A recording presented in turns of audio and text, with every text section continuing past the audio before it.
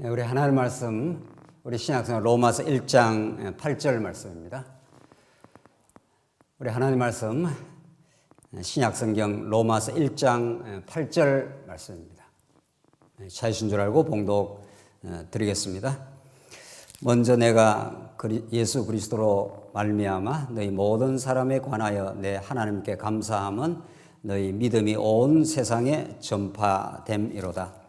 내가 그의 아들의 복음 안에서 내 심령으로 섬기는 하나님이 나의 정인이 되시거니와 항상 내 기도에 쉬지 않고 너희를 말하며 어떻게 하든지 이제 하나님의 뜻 안에서 너희에게로 나아갈 좋은 길 얻기를 구하노라. 우선 10절까지 봉독 드렸습니다. 우리는 수요일 지금 성경 중에 가장 교리적인 신학적인 복음의 핵심을 가장 압축적으로 기록했다고 우리가 알려져 있고 또 그렇게 우리가 배워온 로마서에 개진되는 말씀을 우리가 지금 확인해 가고 있습니다. 로마서 한 권만을 우리가 제대로 우리가 성령의 감동을 쫓아 우리가 확인하고 그 말씀대로 믿어지기만 한다면은 아무리 거칠고 험한 세상 가운데서도 복음이라는 거 우리 인생의 가장 중요한 기쁜 소식을 우리가 로마서에서 확인받을 수가 있을 것입니다. 우리는 지난 시간 로마서 앞부분에서 로마서 전체를 이끌어가는 복음의 개요에 대해서 그 핵심에 대해서 이미 확인을 했습니다. 복음이란 도대체 우리 인간이 상상해내거나 인간이 만들어낼 수 있는 그런 인간적 측면의 어떤 이론이 아니라 하나님으로부터 시작되고 하나님이 그 약속으로부터 전개되고 그 핵심의 그 아들 예수 그리스도가 담겨 있는 복음에 대해서 우리가 로마서 앞부분에서 로마서 1장 1절로 4절까지 해서 그 압축적인 방식으로 우리에게 이미 설명을 해주고 있습니다. 이 부분에 대해서 500년 전 종교 개혁자들이 충분히 주목을 하지 못했고 로마서 1장 16절로 17절 그것도 아주 중요한 부분입니다만은 복음에 대한 정의 부분에 이제 중점을 두고 설명하다가 보니까 로마서가 본래 개진하고자 하는 그 하나님 나라에 관한 그 언약의 복음, 그 아들의 복음, 다른 말로 말하면 하나님께서 아담에게 하나님 형상으로 지어진 아담에게 하나님께서 복을 주시며 이렇게 이제 복음이 시작되는 거 아니겠어요? 복을 주신다는 것을 우리가 신약적 용어로 하는 복음이니까 그 아들을 통해서 하나님 아버지의 그 여호와의 영광을 드러내시겠다.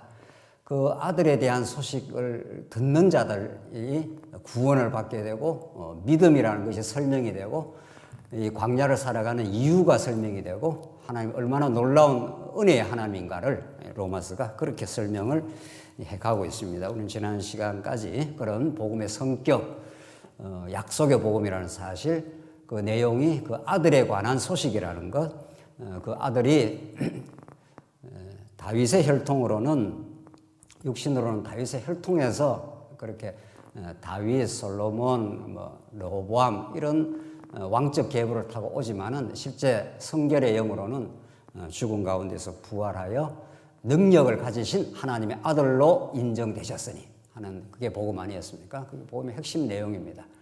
능력 많으신 하나님의 아들로 입증된 분입니다. 그 아들 안에 이 우주 만물과 교회의 모든 권세를 한 손에 거머쥐고 등장하신 분, 그분에 대한 소식, 이것이 이 죄악 세상 가운데 잠깐 같은 이 꿈 같은 세상을 우리가 살아가고 있는데 지나고 나면 이 긴 세월처럼 여겼던 세월이 일장춘몽처럼 영혼에 비추면 잠시 우리가 살다 가는 겁니다. 그 속에 얼마나 많은 고난과 우여곡절과 눈물과 고통의 시간들, 기쁨과 환희의 시간들 이런 것들이 다 어우러져 있는 것들은 그 아들의 복음, 예수 그리스도 한 분을 깨닫게 하시려고 그 믿음 안에서 살게 하시려고 그분을 통해서 우리 하나님 여호와가 온 우주의 주인이라시는 사실을 우리가 확인하는 것, 이런 내용들로 로마서는 이제 시작이 됩니다. 그 복음이 얼마나 능력이 많은가 하면은 우리를 믿어 순종하게 하신다. 그게 우리 지난 시간의 핵심이었습니다. 우리로 하여금 믿어지게 하시고 오늘 지난 시간 우리 이방인 중에서 5절에 믿어 순종하게 하신다. 그러니까 믿음과 순종을 로마서는 이렇게 분리해서 설명하지 않습니다. 제대로 된 언약의 말씀을 하나님께 우리에게 깨닫게 하시면 믿음이라는 게 형성되고 그 믿음은 순종의 삶으로 그렇게 전진을 한다. 이런 내용들로 로마서가 이제 펼쳐져 나갑니다. 이제 16장에 걸친 긴 이제 편지를 통해서 이 내용을 이제 펼쳐가는데 오늘은 이제 그 복음을 통한 이제 소원이 나옵니다. 복음을 통한 소원, 오늘 이 부분인데 이런 그 너무도 놀라운 복음, 우리 인간의 생각을 전적으로 초월하는 그런 복음, 우리 하나님의 백성에게는 가장 소중하고 가장 기쁜 복음, 이 복음을 바울이 이제 다메섹 도상에서 경험을 한 거죠. 그러니까 복음이라는 것은 이론적으로 머리를 굴려서 깨닫는 게 아니라 예수를 뜨겁게 만나버린 거죠. 그래서 거꾸러진 복음입니다. 그래서 눈 멀어버렸다가 다시 눈을 띄워주는 사건. 이런 다메섹 도상의 그 극적 체험은 여러분과 저에게 동일한 방식으로 이루어집니다. 사실은 예수를 믿는다 하는 것은 내가 전에 살았던 삶에다가 뭘 하나 갖다 붙이는 게 아니라 전에 살았던 삶의 인생관, 가치관, 세계관 모든 걸 뒤집어 엎어버리는 사건. 그 눈을 멀게 하고 세상을 보는 눈, 땅의 것을 보는 눈, 땅의 것을 가치로 생각하는 그것을 하나님께서 제거시켜버리고 하늘의 것으로 살게 만들어가는 역사. 이제 그게 복음 사건인 거죠. 바울은 그런 복음을 이제 접해버린 겁니다. 그래서 그의 인생관, 그의 가치관이 혁명적으로 바뀌었습니다. 그 복음을 깨달은 바울은 이전에 가지고 있던 것들을 배설물로 여기는, 바울은 상당히 이 땅에 누리고 향유할 것들이 많았던 사람이었는데 그런 것들을 쓰레기다, 배설물로 처리해버리고 예수와 함께 동행하는 것, 복음과 함께 살아가는 것, 그것이 얼마나 행복하고 기쁜 일이라는 것을 온 인생으로 증명을 해낸 사람입니다. 물론 하나님께서 바울을 그렇게 만들어 가신 거죠. 그런 복음을 깨달았던 바울이 이제 소원이 생긴 겁니다. 그러니까 복음은 우리들에게 그냥 밋밋하게 살아갈 수 있도록 그렇게 내버려 두질 않습니다. 복음은 반드시 소원을 만들게 돼 있고 그 소원은 우리를 이끌고 가는 기관차처럼 강력한 동력이 되는 겁니다. 그러니까 이 땅에 복음이 주는 소원으로 살아가는 사람은 죽는 날까지 진리를 사랑하게 될 것이고 하나님을 더 경배하게 될 것이고 그분으로 기뻐하게 될 거고 그분의 복음을 나누고자 하게 될 거고 그것을 최고의 그 가치로 그렇게 살게 되겠죠. 최고의 가치를 주신 분에게 대가 지불을 하게 되겠죠. 정말 귀한 것을 경험한 사람은 그것을 통해서 내가 뭘 얻어내려는 사람이 아니라 그걸 위해서 내가 대가를 지불하게 되어 있습니다. 우리가 자녀가 참으로 소중하다 이렇게 생각하기 때문에 자녀를 위해서 무슨 대가를 지불하지 않습니까? 복음이 그런 것입니다. 바울은 그렇게 우리가 사도행전에서 확인한 대로 내가 예루살렘을 들러서 로마를 보아야 하리라. 이게 하나님께 주신 그 소원이었습니다. 그 로마에 가서 성도들과 복음을 나누고 복음 안에서 서로 교제하며 안위하고자 했습니다. 그러니까 바울에게는 로마지만은 로마에 있는 교회 성도들을 만나고 싶어요. 여러분과 저에게 똑같은 거죠. 똑같습니다. 진짜 복음을 깨달아가는 사람은 복음으로 기쁨을 누리게 돼 있고 복음을 나누고 싶어 합니다. 복음을 같이 이렇게 함께 누군가와 하나님의 택한 백성과 나누고 싶어하고 복음으로 한 가치관 하나의 동일한 진리를 깨달아가는 한 하나님을 아버지로 모시는 그런 사람은 우리 지체들과 만나기를 원합니다. 사실은 우리가 이게 대면 예배를 지금 자꾸 못하게 해서 정말 우리가 안타까운 건데 사실은 정상적으로 복음을 깨달으면 바울의 요 심정 그대로 우리에게 생겨납니다. 그러니까 로마서를 기록하게 한 하나님의 그 성령의 역사는 지금도 우리와 동일한 원리로 역사하기 때문에 오늘 바울이 어떤 소원을 가지고 있었던가, 어떤 소원을 실제로 하나님께서 소원을 주고 이루어 가셨던가, 그렇게 바울이 뜨겁게 정말 그렇게 살아가도록 하신 분이 도대체 누구인가, 무엇이 바울을 그렇게 만들어 갔던가, 어떤 복음의 위대한 능력이 그것은 동일한 방식으로 이런 것에 역사를 합니다.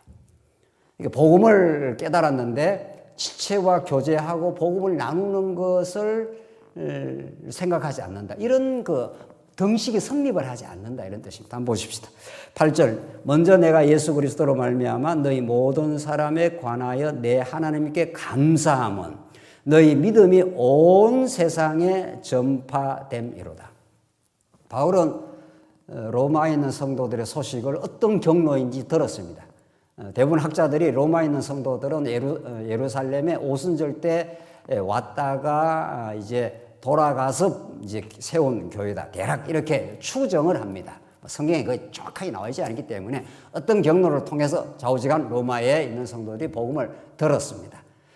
바울이 로마에 있는 성도들에게 성도의 이 편지를 길게 쓰지 않습니까? 로마서가 상당히 긴 정말 체계적인 복음인데 복음을 듣고 가긴 했지만은 이제 아주 정리되고 체계적인 복음을 듣지를 못했다는 것을 우리가 이미 알 수가 있는 거죠. 그래서 바울이 로마에 있는 성도들의 소식을 듣고 로마서라고 하는 이 아주 긴 편지, 기독교 복음에 대한 가장 심도 있고 체계적인 복음을 이제 쓰게 된 거죠. 이걸 전해줘서 그들이 이제 부분적으로 들었던 복음, 그래서 아직 견고하지 않는 로마 교회에 견고하게 하려는 하나님의 그 뜻이 있었기 때문에 바울로 하여금 이 편지를 쓰게 된 거죠. 그래서 로마에 있는 성도들을 보지도 못했지 않습니까? 지금 바울은. 그런데도 오늘 그들의 소식을 듣기만 하고도 내가 예수 그리스도로 말미암아 너희 모든 사람에 관하여 내 하나님께 감사함은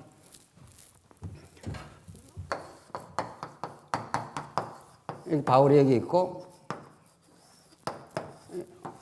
로마 성도들이 여기 있습니다.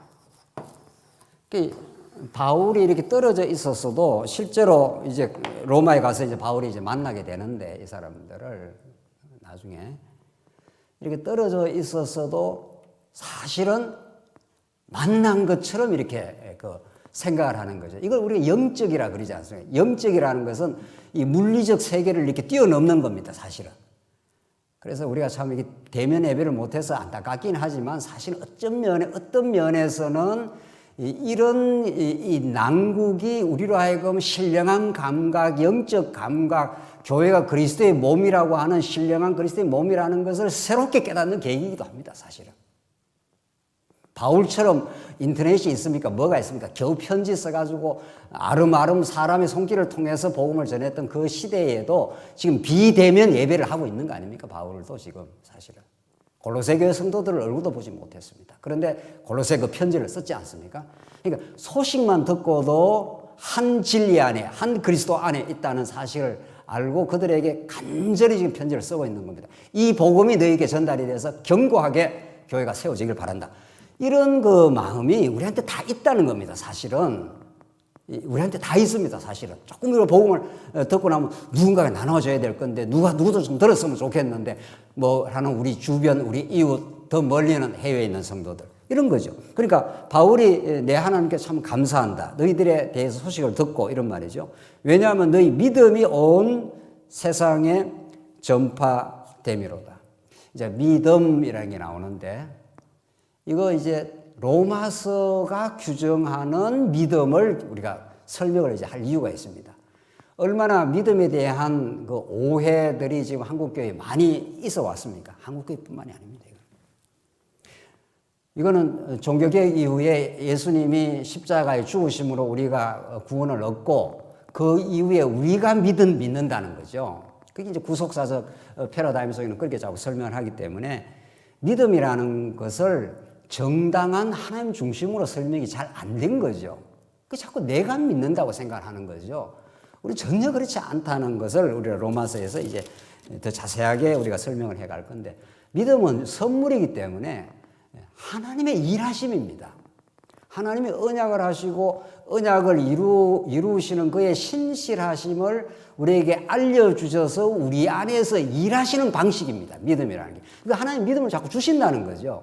내가 남편을 믿는 게 아니지 않습니까? 내 편에서 보면 남편을 믿는다 하지만은 그 믿음의 내용을 남편이 주는 겁니다.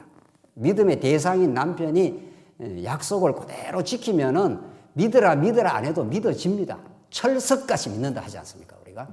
그러니까 남편의 어떤 행위가 약속을 하면 약속을 지키는 신실한 행위가 몇 번 반복이 되면은 그 믿으려고 하는 믿는 사람 쪽에서 믿음이 이렇게 우러나와서 믿어져 버리는 겁니다. 어떤 일이 있어도 이 사람은 믿을 만하다 이렇게 되는 거죠. 여호와 하나님이 그런 분인 거죠. 그러니까 믿음이라는 건 우리 인간 편에서 일하시는 방식이 아니라 하나님 편에서 일하시는 방식입니다. 하나님의 일입니다. 그러니까 그 하나님의 일을 어떻게 하나님은 우주 만물을 창조하신 것도 하나님의 일, 지금도 섭리하는 것도 하나님의 일, 그 창조와 섭리 가운데 가장 중요한 일 중에 하나가 여러분과 저를 사랑하고 보호하시는 방식이 하나님의 일입니다. 사실은 자기 자녀이기 때문에. 그렇기 때문에 하나님께서는 성령을 물론 이제 예수를 보냈고 먼저 성령을 보내서 새 언약의 영이신 성령을 보내서 내 안에서 믿어지게 하시는 일을 하시는 거죠. 뭐 하나님이 이 광활한 우주를 아무리 창조를 해놔도 이 광활한 우주 안에 주인공으로서의 하나님의 자녀가 없으면 우주는 아무것도 아닙니다, 사실은. 여러분의 집에 우리 자녀가 없다 이러면 그 집에 아무 의미가 없는 겁니다, 사실은. 내 사랑하는 대상이 없으면은. 그래서 하나님의 일이라는 건 창조도 하나님의 일이고 이 우주를 지금 운행하는 것도 하나님의 일이지만은 그 중에 가장 중요한 일 중에 하나가 여러분과 저에게 믿음을 주는 일입니다, 사실은. 그걸 하시려고 하나님이 언약을 하시고 언약을 이루신다 이런 뜻 아닙니까? 그 믿음의 내용이 또 뭔가 하면은 하나님 나라의 복음입니다. 그러니까.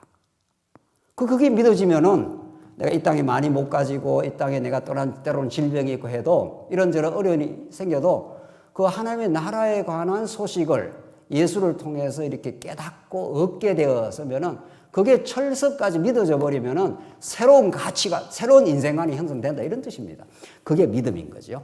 자, 이 믿음에 대해서 이제 로마서 개진 방식대로 우리가 이제 설명을 하겠는데, 그러니까 우리가 일반적으로서는 내가 누구를 믿는다, 뭐 믿음으로 산다 이런 아주 상식적인 표현을 완전히 털어내고 언약하신 하나님이 어떻게 우리 안에서 그 성취를 이루어 가시고 내 안에서 믿음을 주셔서 믿어지게 해서 순종하게 만들어 가는가 하는 그걸 로마서가 이제 가르쳐 주는 거죠. 그런 그 믿음이 오기 전에는 우리는 부패하고 타락한 불의한 인생이기 때문에 항상 자기를 믿습니다. 내가 이렇게 한다고 믿는 거죠. 그게 사단이 준 어리석은 착각이고 오해인 거죠. 내가 뭘 한다 이렇게 생각하는 것 자체가. 그래서 참된 믿음은 거짓된 믿음을 밝혀내고 참된 믿음을 주시는 겁니다. 모든 사람이 믿음으로 삽니다. 모든 사람이 믿음으로 삽니다. 모든 사람. 그때 믿음은 거짓 믿음이 있고 참 믿음이 있는데 어떤 사람도 믿음 없이는 못 삽니다. 뭘 믿고 사는 거 아니겠어요? 자기를 믿든지 돈을 믿든지 뭐든지 믿어서 우리가 존재 자체가 가능한 건데, 그러니까 예수 그리스도를 하나님의 아들로 믿지 않으면 다른 걸 믿고 있는 거죠. 그 티베트 불교 지도자가 하는 말을 내가 잠깐 들었는데, 행복은 어떤 뭐 되어지는 일이 아니라 행복은 인간의 자기 행동에서 나온다. 딱 그렇게 규정을 합니다. 그 티베트 지도, 그 유명한 티베트 불교 지도자가 그 철두철미 인본주의죠. 그 티베트 불교 지도자만 그 말을 하는 게 아닙니다. 그 사람은 이 세상의 모든 타락한 인생들의 가치관을, 이 불교라는 게 뭐 철두철미하게 인본주의니까 그걸 이렇게 다 묶어가지고 이렇게 대변을 해주는 사람이다, 사실은. 행복은 인간의 행위로부터 나와. 어떻게 행동하느냐에 따라서 행복이 올 수도 있고 안 올 수도 있다, 이런 뜻입니다. 천만의 말씀. 로마서 규정대로 말하면 인간의 행복은, 참된 복은 예수 그리스도의 행동으로부터 나옵니다. 즉 하나님의 언약적 행동으로부터 나옵니다. 그분이 예수 안에서 하나님 나라를 약속해 놓으시고 그 약속을 우리에게 주시는 거죠. 그걸 행복이라 그럽니다. 우리는 세상 말로 말하면 그걸 복이라 그러는 거니까. 그러니까 인간이 뭘 해서 행복을 얻는다는 것처럼 빗나간 생각도 없고 그런 놀라운 착각도 없는 거죠. 그러니까 여러분과 저에게는 행복이 주어지는 거죠. 그리스도 안에서 이미 주어져 있습니다, 사실은. 그걸 우리가 깊이 못 깨달았을 때 불행감을 가지는 겁니다. 이 땅에서. 사실은. 그러니까 그걸 우리가 자꾸 이렇게 깨닫게 되면 성경을 통해서 또 말씀을 통해서 깨닫게 되면은 정말 놀라운 방식으로 행복이 주어져 있습니다. 그걸 어떻게 우리가 새롭게 깨닫느냐. 또 그냥 이렇게 혼자 깨닫는 것도 아닙니다. 지체와 교제를 통해서 깨닫습니다. 그걸 교회라 합니다. 바울이 그 말을 지금 합니다. 이제 바울이 그 말을 어떻게 하는가 봅시다. 그래서 우리 믿음에 대해서 이제 로마서에 개진되는 믿음에 대해서 더 본격적으로 설명하겠습니다. 9절. 내가 그 아들의 복음 안에서 내 심령으로 섬기는 하나님이 나의 정인이 되시거니와. 나오잖아요. 바울이 이미 복음을 어떻게 설명을 하는가 하면은 이제 복음이라는 게 가장 이제 성경에서 우리가 중요한 그 진리의 새로운 이름이니까 복음인데 어떤 복음인가 하면 아들의 복음 이렇게 했지 않습니까? 이미. 자, 이게 얼마나 중요한 그 사실은 로마서의 주제이냐는 우리가 알 수 있는 거죠. 왜냐하면 2절에도 복음은 하나님이 선지자를 통해서 그의 아들에 관하여 성경에 미리 약속하신 것이라 이렇게 했기 때문에 바울이 복음이라는 것을 아들에 관한 복음이다 이렇게 설명합니다. 이게 약속의 복음이고 이 약속을 하신 분이 하나님이고 이렇게 되지 않습니까? 그러니까 아주 복음을 우리가 우리한테 직접 이제 와닿게 설명을 하는 거죠. 아들의 복음. 그 아들이 누구냐 하면 그리스도다. 지금 그 말을 지금 이제 해가는 거죠. 그리고 우리는 우리 지난 시간에도 하나님 나라에 관한 복음, 그걸 다른 말로 말하면 아들의 복음, 똑같은 말입니다. 아들이라는 건 하나님 나라의 왕으로 오신 분이니까 그가 예수 그리스도가 하나님 나라를 이 땅에 실현하러 오시고 지금도 교회의 머리가 되셔서 하나님의 나라인 교회의 머리가 돼서 지금 우리를 통치해주고 계시니까 오늘 우리도 이렇게 불러 모으신 분도 예수 그리스도니까. 자, 그래서 이제 아들의 복음입니다. 그 아들이 우리의 죄를 사해주기 위해서 십자가에 죽기까지 복종하시고 3일 만에 또 부활하신 분이니까. 부활하심으로 능력으로 하나님의 아들로서 인정되셨다 하는 게 입에 나왔지 않습니까? 그래서 이제 우리가 그냥 복음 이렇게 해도 그 대명사입니다만은 아들에 관한 복음이다. 그때 아들 하는 것은 우리 이제 유교적 의미를 이렇게 털어내야 되지 않습니까? 아버지와 동등합니다. 아들은 언제나. 아버지의 모든 대권을 그대로 아들이 가지고 와서 지금 아버지의 권한을 지금 가지고 지금 활동하시는 분인 거죠. 그러니까 하늘과 땅의 모든 권세를 내게 주셨으니 너희는 가서 그의 이름으로 세례를 주고 한 게 그 마태복음 마지막에 나와 있지 않습니까? 그래서 이 아들의 복음 하게 되면은 상속자, 아버지의 권한을 그대로 대행하시는 대권자 이렇게 이제 우리가 생각하면서 그의 통치 속에 우리가 들어가 있기 때문에 그분이 믿어지면은 범사에 순종하게 되는 겁니다, 사실은. 그러니까 정말 우리가 복음을 복음답게 우리가 깨닫게 되면은 이제 믿음의 순종까지 만드는 게 복음의 능력이라고 했는데 그 순종이라는 말이 마지막 그 열매로 나오게 될 때 우리는 평화라는 말을 알게 되고 은혜의 깨달음이라는 것도 인정하게 되고 어떤 복잡한 상황 속에서 그분이 내 안에서 지금 하나님 나라를 이루시기 위해서 일하고 계신다 하는 것을 믿어 순종하게 되는 거죠. 그래서 부정적인 게 없는 겁니다. 예수를 믿어. 그 아들의 복음, 그 기쁜 소식을 들었는데 세상에 아직도 뭐 부정적이 있다든가 뭔가 아직도 뭔가 씹어야 되는 일이 있다 이런 게 있을 수가 없는 겁니다. 점점. 그건 전부 옛사람의 소용에서 나온 거고 그 아들의 복음이 우리 안에서 믿어지기만 한다면은 범사에 감사하게 될 것이고 그런 순종의 열매가 나오게 되겠죠. 자, 그래서 내가 그의 아들의 복음 안에서 내 심령으로 섬기는 하나님이 나의 정인이 되시거니와 항상 내 기도에 쉬지 않고 너희를 말하며.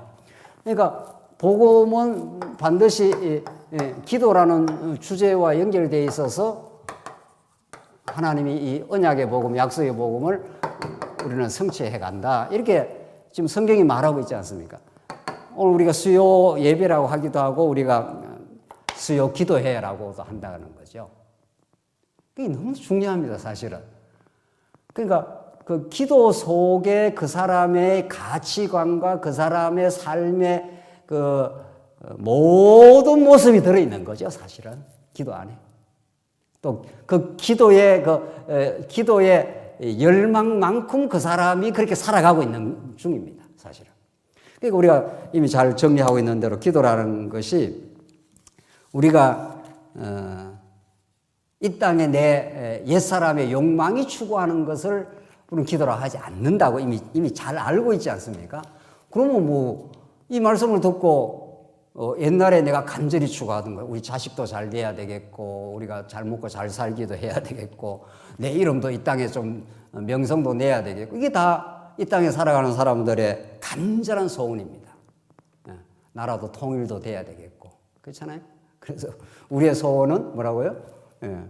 우리 어릴 때 많이 불렀던 통일도 우리의 소원이고, 그런 것들은 이 땅에 될 수도 있고 안 될 수도 있고 또 되기도 하고 안 되기도 하고 하는 그런 허접한 수준의 일들이지만, 하나님이 주시는 그 언약적 기도, 이건 우리가 너무도 절실하고 간절하고 죄악의 몸을 가지고 이 땅에서 우리가 참 허덕이며 살아가는 우리들에게는 하나님 나라가 이루어지기를, 그래서 우리 안에 미움과 시기와 원망이 사라지기를, 그래서 우리 지체들과 더불어 하나님 나라의 꿈을 꾸고 함께 누리기를 바라는 이런 그 간절함이 우리 안에서 자꾸 생겨나게 되어 있습니다. 하나님 나라에 관한 복음을 들으면 그렇게 됩니다. 하나님 나라는 우리가 만들어낼 수가 없었던 그 아름다운 하나님 나라, 그걸 이미 창세기에서 하나님께서 아담을 짓자마자 하나님 나라에 관한 복음을 주시고, 에덴 동산에서 아담과 하와가 그 아름다운 둘이 한 몸을 이루는, 둘이 벌거벗었으나 부끄러움이 하나도 없는, 그 사이에 아무런 간격이 없는 완벽한 하나가 되는 그런 그 기쁨의 나라, 하나가 되는 나라, 그 기쁨의 나라를 기쁨으로 누리게 하시려고 한번 하나님께서 타락 가운데 두시고 이 지긋지긋하고 갈등 많은 세상을 한번 섭리를 하시는 거죠. 아, 이건 하나님 나라를 우리가 만들 수 없구나. 이런 걸 자꾸 이제 깨닫게 하면 할수록 더욱 그의 나라와 그의 의를 우리는 구하게 되는 거죠. 그래서 우리는 기도 안에 우리의 모든 것이 담겨 있습니다, 사실은. 그러니까 뭐 우리가 얼마 전만 해도 뭐 이 성경 신학의 말씀을 들으니 기도가 없어졌다, 이런 말을 우리가 참 이렇게, 이건 굉장히 불행한 사태인 거죠. 그렇게 될 수가 없습니다. 정말 우리가 성경대로 우리가 잘 깨닫게 되면은 전에 간절했던 타락한 소원은 사라지고 우리에게는 정말 아름다운 소원, 정말 바울이 지금 말하는 대로 내 기도에 쉬지 않고 너희를 말하며, 이건 우리가 자주 우리가 쓰는 비유로 우리 자식이 어디 멀리 나가거나 해외를 가거나 뭐 어려운 직장을 가거나 하면 그걸 늘 가슴에 품고 우리 부모님들이 그 염려하거나 기도해 주거나 뭐 또 사랑의 메시지를 카카오톡으로 전달하거나 언제나 하고 있지 않습니까? 그게 사랑의 관계란 말이죠. 사랑의 관계는 눈에 이렇게 보이지 않는다고 안 보이는 게 아닙니다. 이게 이제 신령한 관계인데, 사랑의 관계라는 건 아무도 그걸 뗄 수가 없습니다. 그거는. 그런 걸 경험하라고 우리에게 가족을 준 것뿐입니다, 사실은. 가족보다 더 뜨거운 그 참 아들, 이렇게 바울이 말하지 않습니까? 디모데를 지칭하면서. 그 바울만 그런 게 아닙니다. 우리 지체들과 이렇게 복음을 나누고 복음 안에서 한 그 마음을 가지고 살아가고, 바울이 이렇게 했던 것처럼 내 기도에 항상 내 기도에 쉬지 않고 너희를 말하며, 이렇게 되어 있는 거죠. 그리고 지체가 어려움 가운데 있다 하면 자꾸 그 마음이 쓰인다, 내 눈에 밟힌다, 이런 말 하지 않습니까? 누가 많이 아프다 이러면은 자꾸 이렇게 마음이 이제 끌리는 거죠. 가서 복음을 나눠주고 싶은 거죠. 그 아픔 속에서 하나님을 다시 기억하고 그 고통에 같이 동참을 하고 싶고 그걸 나누고 싶고 마음이 쓰이고, 이게 정상적인 우리의 그 영혼의 상태입니다. 정상적인 영혼의 상태. 지난 주일날도 어떤 우리 성도님들하고 이야기를 나누면서 우리가 어떤 어려움이 생겼는데, 그 어려움에 대해서 어려움을 어려움으로 우리가 느끼는 것이 정상적인 마음의 우리 심령의 상태입니다. 어떤 어려움이 생겼는데 나는 아무렇지도 않다, 그게 마치 믿음이 좋은 것처럼 말한다면 그건 너무도 병적이고 너무도 비정상적인 거죠. 우리는 살면서 하나님께서 아픔을 주시기도 하고 기쁨을 주시기도 합니다. 둘 다를 줍니다, 사실은. 그 아픔은 아프게 느끼라고 아픔을 준 거고, 기쁨은 함께 누리라고 준 겁니다, 사실은. 그러니까 기도가 끝날 수가 없는 거죠. 그러니까 이게 우리의 교회, 이게 교회입니다. 이게 하나님 나라고 이게 교회이기 때문에 기도는 하나님께 드리는 건데 그 기도의 내용은 나와 너가 이렇게 어우러져 있는 거죠. 그러니까 하나님 중심이라 하는 말을 우리가 다른 말로 하면은 우리 지체와 더불어 산다 이런 뜻입니다. 사실은. 왜냐하면 그리스도의 몸이기 때문에 하나님 나라는 머리 대신 그리스도에게 우리가 붙어 있기 때문에 그리스도 중심으로 산다. 하나님 중심으로 산다는 건 지체와 언제나 연결되어 있다는 걸 더 절실하고 더 새롭게 느끼는 방식입니다. 사실은. 자, 그러니까 복음과 교회는 떨어질 수가 없는 거죠. 복음하는 거하고 교회하는 거하고는 이게 분리해서 설명을 할 수가 없어요. 바울이 그렇게 말합니다. 한번 보십시다. 10절 어떻게 하든지 이제 하나님의 뜻 안에서 너희에게로 나아갈 좋은 길 얻기를 구하노라 그랬지 않습니까? 바울은 지금 가지를 못해가지고 로마에 가서 복음을 나누고 복음 안에서 서로 교제를 하고 싶은데 그게 지금 자꾸 길이 막힌 겁니다. 막혀가지고 바울은 이제 간절한 겁니다. 또 하나님께서 길을 막으심으로 더 간절하게 합니다. 사실은. 옛날에 뭐 애인하고 만날 때 부모가 말리면 어떻게 되는 거죠? 네. 말리면 더 뜨거워집니다. 사실은. 네. 그러니까 저거 말리면 안 되겠다 해서 그냥 내버려 둬야 좀 식지. 만약 말렸다 하면은 더 뜨거워집니다. 하나님께서 한 번씩 이렇게 막습니다. 바울이 동쪽으로 가려고 했을 때 하나님께서 막았지 않습니까? 막아서 서쪽으로. 마게도냐에서 우리를 와서 도우라 하는 환상이 나타나므로 바울이 이제 빌립보로 가게 되는데 하나님께서 막으시고 더 좋은 길로 인도하십니다. 더 하나님의 영광을 노래하는 곳으로 하나님께 인도하시는 거예요. 그러니까 우리 성도가 가는 어떤 길도 영광의 길이 아닌 게 없습니다. 사실은. 우리가 경험하고 어떤 한 모든 일들이 다 아름다운 길이고 우리는 더욱 우리 목숨이 붙어 있는 한 복음을 나누는 길. 우리 지체들과 만나는 그 소원 이런 것들이 자꾸 뜨거운 사람은 사실은 그 사람이 가장 행복한 사람입니다. 사실 알고 보면은. 그래서 바울이 너희에게로 하나님의 뜻 안에서 했지 않습니까? 바울이 뭐 제멋대로 갈 수가 있지는 않지 않습니까? 하나님 로마에 가게 되는 시간도 정해놓고 또 그 과정에서는 가는 길이 막히기도 했다가 하나님께서 로마까지 가도록 그것도 보무당당하게 가는 게 아니라 죄수의 몸으로 가는데 그게 가장 영광스러운 길이었다. 바울이 사도행전에서 우리 공부한 대로 그렇게 된 거죠. 자, 그러니까 이런 간절한 강구가 있는 겁니다.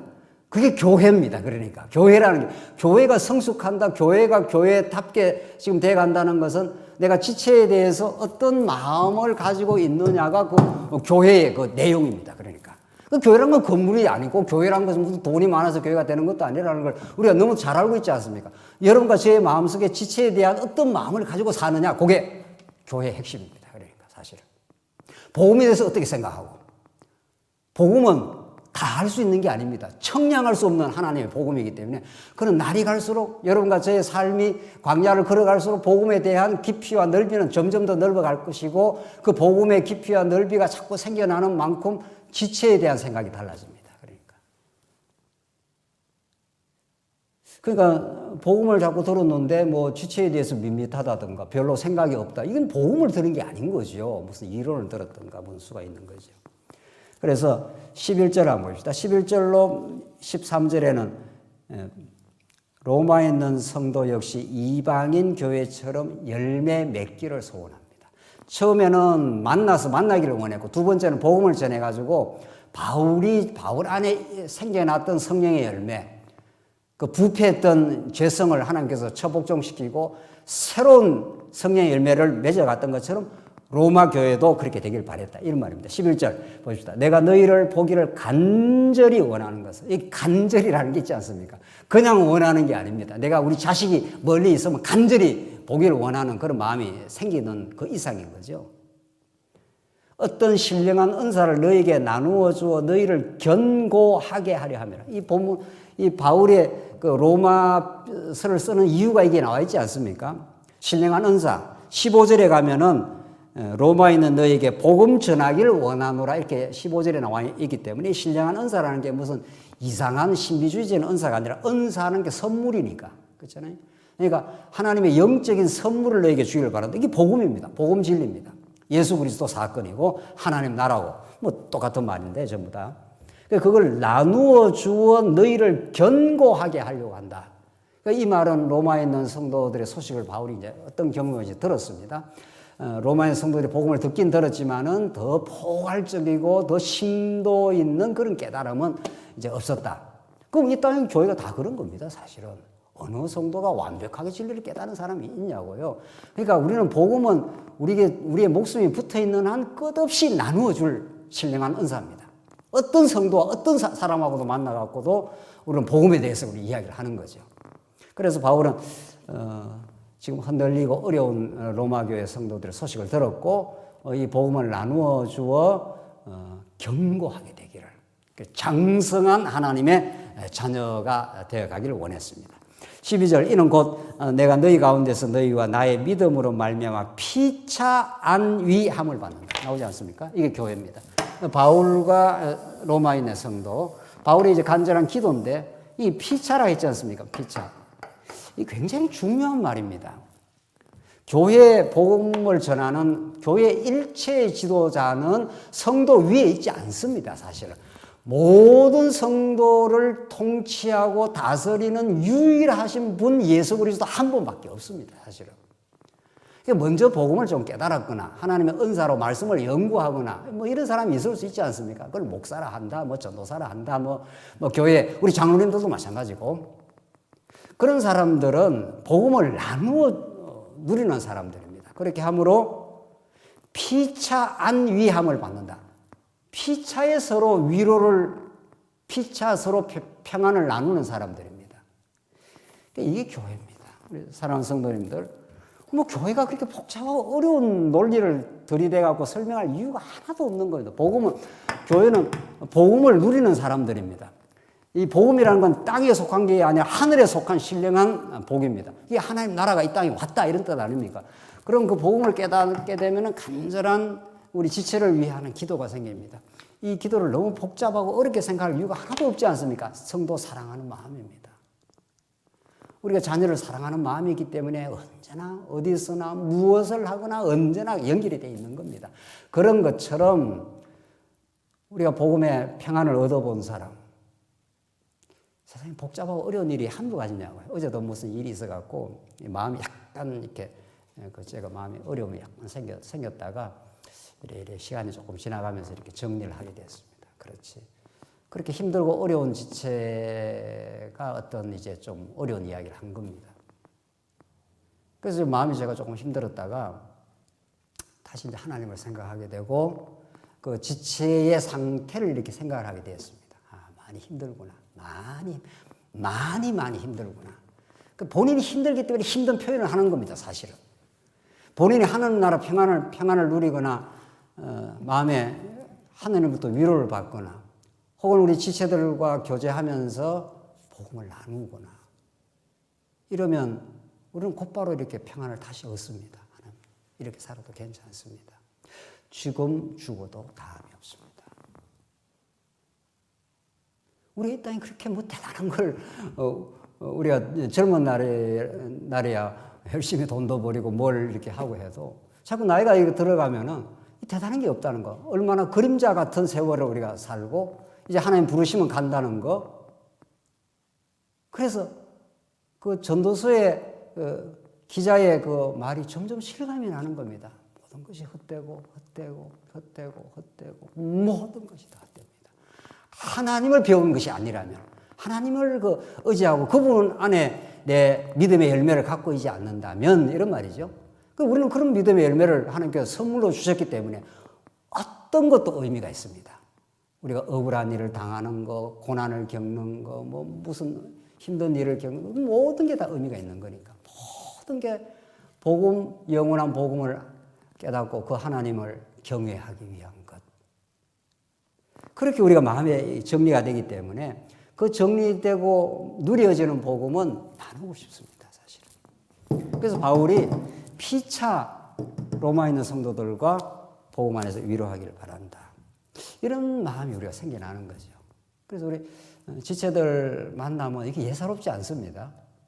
이렇게 만나서 그냥 안부 묻고 뭐 이렇게 헤어지긴 합니다만은 하나님이 기회를 주시고 시간을 주시면은 어떻게 살고 있는 건지, 복음 안에 기쁨이 있는 건지, 이런 거 서로 위로를 나누고, 오늘 바울의 표현대로 너희와 나의 믿음으로 말미암아. 이때 믿음 하는 게 주관적이 아니라는 게 드러나지 않습니까? 예수 그리스도 안에서 주어지는 선물, 그리스도 안에 함께 있다는 것, 그걸 믿어지는 것, 그 믿음 안에 있기 때문에 우리가 피차에 서로 안위를 받습니다. 그러니까 바울이 일방적으로 이쪽에 갔다 복음을 전해서 일방적으로 배우는 사람들이다, 이렇게만 되지 않습니다. 바울이 물론 전하긴 해주죠. 그러나 바울은 이 성도로부터 많은 그 위로를 받기도 했습니다. 그래서 우리 모두가 교회는 만나면 하나님을 이야기하고 하나님의 섭리였습니다. 하나님께서 이런 어려운 일을 통해서 우리를 더 하나님께로 가게 하시는 복된 일입니다. 이렇게 우리 교제가 끝나야 되는 거죠. 뭐 세상 이야기 할 수도 있고, 뭐 사업 이야기 할 수도 있고, 이런 이야기 저렇게 하다가 마지막 결론으로 가면은 오늘 본문의 말씀대로 너희와 나의 믿음으로 말미암아 피차 안위함을 받기 때문이다. 그렇게 하면 우리 마음의 모든 게 정리가 됩니다. 교회는 그런 곳입니다. 그래서 우리는 교회를 떠나서 우리의 신앙생활을 할 수가 없는 겁니다. 사실은. 그래서 제가 자주 표현해서 옛날에 테프 많이 나왔을 때 테프 보따리 사가지고 어디 절에 들어가든지 산에 들어가서 열심히 테프 혼자 말씀을 그렇게 듣고 신앙생활을 하면은 정확하게 병이 듭니다. 신앙에. 인간은 자기 방식대로 말씀을 듣습니다. 틀림없습니다. 자기 방식으로 듣기 때문에 복음을 균형 있게 풍성하게 듣는 것은 나누어야 풍성해지고 위로가 되고 힘이 됩니다. 그래서 복음과 교회는 불가분의 관계, 복음이 전달되는 곳에 반드시 교회가 탄생하고 복음을 반드시 나누게 돼 있고, 그러면 서로 복음으로 이렇게 서로 위로하게 돼 있고, 우리의 빗나간 부분, 균형을 잃었던 부분들이 자꾸 지체들과 나누면서 이렇게 균형을 잡게 돼 있습니다. 반드시 그렇습니다. 그래서 하나님께서 이 땅 교회를 두신 겁니다. 그러니까 교회 생활을 성실하게 이렇게 잘 하게 되는 것처럼 놀라운 복도 없습니다, 사실은. 교회 생활을 성실하게 안 하는데 믿음이 성장한다, 이런 말이 성립을 할 수가 없는 겁니다. 그러니까 우리는 교회에 좀 못 나오거나 어려움에 있거나 하는 성도를 자꾸 이렇게 눈에 밟힌다는 게 그런 뜻입니다. 그 성도들이 자꾸 이렇게 자주 교제할 수 있도록, 자주 말씀을 나눌 수 있도록, 서로 이렇게 지체 안에 들어올 수 있도록 그렇게 권면하고 우리가 서로 위로하고. 오늘도 병원에 잠깐 갔다 왔는데 수술을 했으니까 얼마나 힘들겠어요. 그러니까 기도하러 들어갈 때 주기도를 하고 이렇게 기도할 때 수술하러 들어갈 때 하러 들어갔답니다. 그래서 다시 이제 우리 시편을 나누고 시편 23편을 나누고 이렇게 하나님께서 사망의 엄침한 골짜기로 다닐지라도 주께서 나와 함께 하시니라. 그게 다윗에게만 있는 일이 아니고 우리에게도 있는 일이고 오늘 병상에서 있는 일이고 우리 교회 안에도 있는 일인 거죠, 사실은. 그래서 바울이 정말 복음을 깨달았고 복음을 나누고 싶은 간절한 소원이 지금 있는 겁니다. 13절 형제들아 내가 여러 번 너희에게 가고자 한 것을 너희가 모르기를 원하지 아니하노니 이는 너희 중에서도 다른 이방인 중에서와 같이 열매를 맺게 하려 함이로되 지금까지 길이 막혔도다 하지 않습니까? 그래서 바울은 이 막혔기 때문에 더 간절한 겁니다. 그래서 마침내 로마까지 가게 됩니다. 바울이 정말 그 죄수의 몸으로 그 험난한 파도를 거쳐 유라굴로 광풍을 지나 로마에까지 하나님께 가게 하셔서 바울이 로마에서 복음을 전하게 된 거 아닙니까?